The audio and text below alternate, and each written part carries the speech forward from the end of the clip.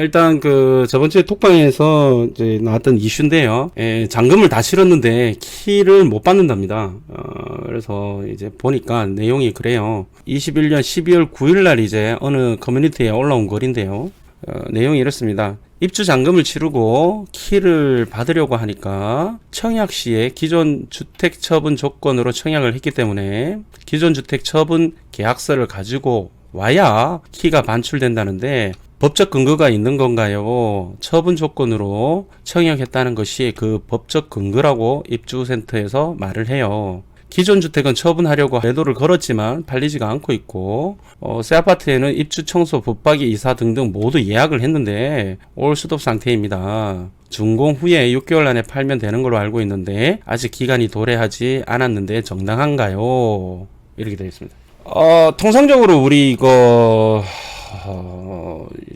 사람들 전부 다 청약할 때 요즘 뭐 청약 붐이라서 청약을 해서 이제 청약할 때 그걸 이제 체크를 하죠.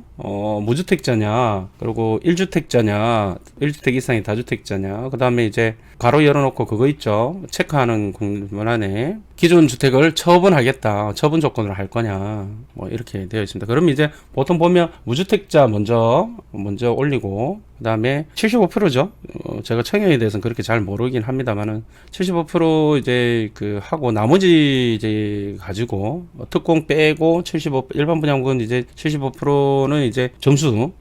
청약 점수대로 이제 커트 시키고, 그 다음에 이제 나머지 25% 가지고 이제 추첨 돌려서 이제 당첨이 되는데요.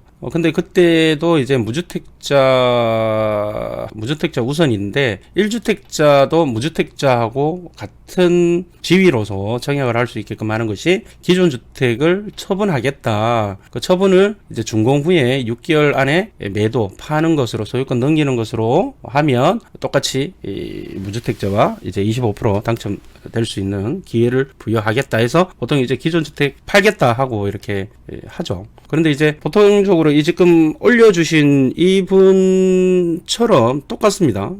입주하고 이사하고 나서 6개월 안에 기존 주택을 팔면 되는 거 아니냐, 뭐 그때 가서 조금 싸게 팔든지 뭐 이렇게 하면 되는 거 아니냐, 이렇게 보통 생각을 해요. 그죠? 보통 그렇게 하는데 이제 이게 맞냐 틀리냐 했는데 이게 맞아요. 이게 입주센터에서 이야기하는 게 맞는데요. 이 법적 근거가 뭐냐면 이겁니다. 주택 공급 규칙을 보시면요, 이게 28조에 민영주택의 일반 공급이 이렇게 되어 있습니다.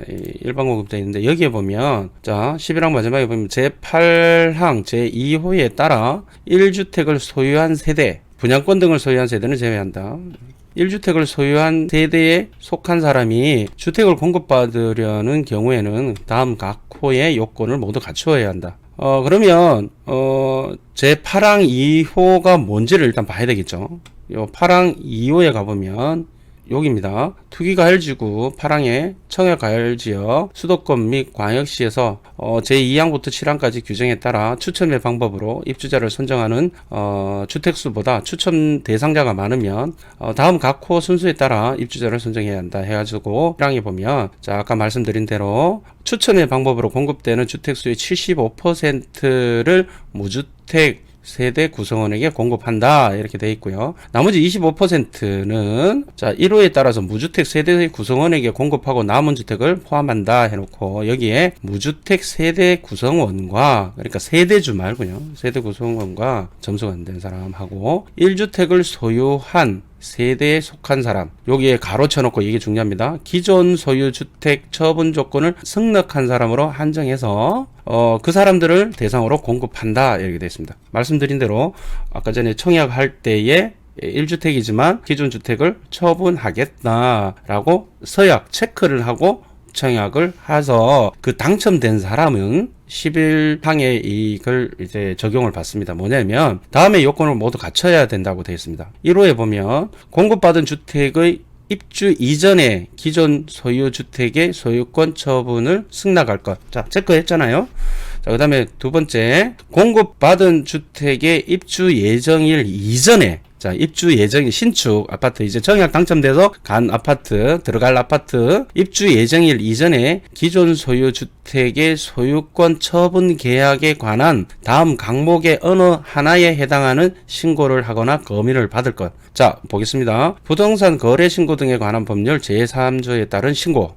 그다음에 부동산 등기 특별조치법 제3조에 따른 검인. 자, 무슨 얘기냐면 이거죠. 내가 이제 청약을 할 때에 나머지 25%의 경쟁을 해서 1순위로 당첨이 되긴 했는데 그때 조건이 기존 주택을 내가 살고 있는 주택을 이제 6개월 이내에 준공 후 6개월 이내에 처분하겠다라는 체크 승낙을 한 다음에 그러면 이제 우리가 보통 한 사람들은 아까 전에 이분 말처럼 요 이제 준공 후 6개월 안에 팔면 되는 걸로 알고 있는데 실제로 다들 이렇게 알고 있어요. 다들 이렇게 알고 있는데요.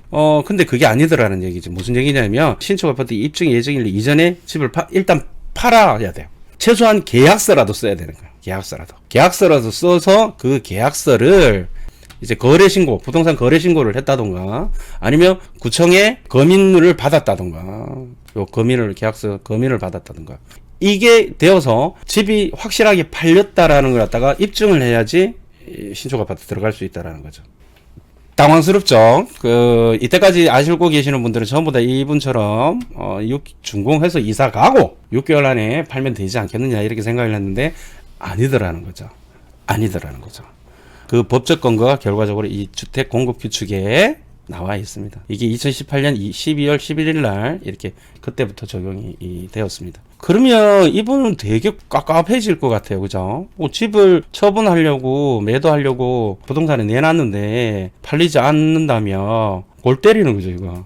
어떻게 된다? 왕창 깎아야 되는데 지금처럼 이렇게 대출 규제 때문에 이렇게 지금 시장이 드랍이 되면서 소강 상태에 있잖아요. 그러면 이거 뭐 엄청나게 손해를 볼 수밖에 없는, 눈물을 머금고 볼 수밖에 없는 그런 상황들이 벌어지기 때문에 미리미리 이 부분에 대해서 확인을 하셔서 미리미리 사전에 준비를 하는 게 맞을 것 같습니다. 예.